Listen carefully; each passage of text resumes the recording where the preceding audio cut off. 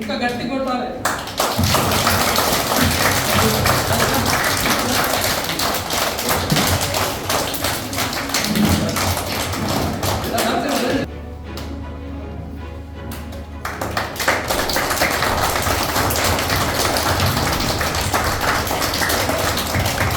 నమస్కారం.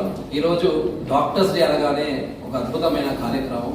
ఈరోజు హైటెక్ సిటీకి కూతవేటు దూరంలో సిమ్స్ హాస్పిటల్ ఈరోజు ప్రత్యేకంగా డాక్టర్స్ డేను సెలబ్రేట్ చేసుకోవడం, దానిలో ముఖ్యంగా ఈరోజు పసి పిల్లలను పసి హృదయాలను దీనిలో భాగస్వామ్యం చేయడం నిజంగా ఇది ఒక ఆదర్శవంతమైన కార్యక్రమం అని సందర్భంగా తెలియజేస్తున్నాను. డాక్టర్స్ అనగానే అదొక వారు సేవ చేసే ఒక యజ్ఞం, సేవా యజ్ఞం అని సందర్భంగా తెలియజేస్తున్నాను.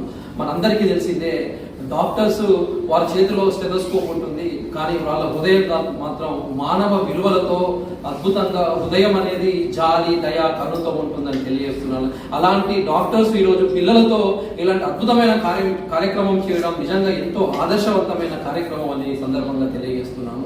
మన అంతేకాకుండా మన చరిత్ర మొత్తం, భారతదేశ చరిత్ర కానీ సంస్కృతి కానీ మన పద్ధతులు ఆచారాలు ఆనాడు ధన్వంతరి నుంచి నేటి యుగం వరకు చూసుకున్నా కూడా డాక్టర్స్ యొక్క గొప్పతనం కావచ్చు, వైద్యం యొక్క గొప్పతనం చరిత్రలో సువర్ణ అక్షరాలతో లిఖించబడ్డదని మనందరికీ తెలిసిందే.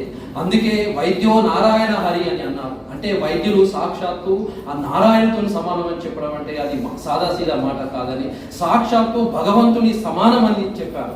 ఎందుకంటున్నానంటే ఆ భగవంతుడు మనిషికి జీవం ఇస్తే ఆ జీవాన్ని రక్షించే శక్తి, రక్షణ కవచం ఎవరైనా ఉందా అంటే డాక్టర్స్ మాత్రమే అని, అలాంటి గొప్ప వృత్తి వైద్యులు అని సందర్భంగా తెలియజేస్తున్నాం. అయితే ఈరోజు డిజిటల్ యుగంలో కూడా ఎంతో స్ట్రెస్ కావచ్చు, మరియు డయాబెటీస్, బీపీ, షుగర్ లాంటి ఎన్నో రోగాలు పెరుగుతూ ఉన్నాయి. అలాంటి సందర్భంలో నేను ఒకే విషయం చెప్తాను, ఆరోగ్యమే మహాభాగ్యం. అన్ని సంపదలలో గొప్ప సంపద ఏమైనా ఉందా అంటే అది ఆరోగ్యం.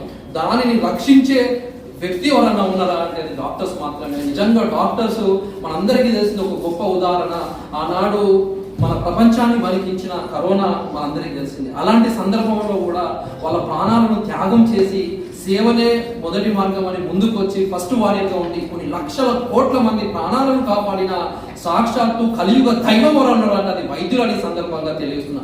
ఒక్కసారి మనందరం ఇక్కడ ఉన్న వైద్యులకు చప్పట్లతో వాళ్ళను అభినందించవలసిన సందర్భం.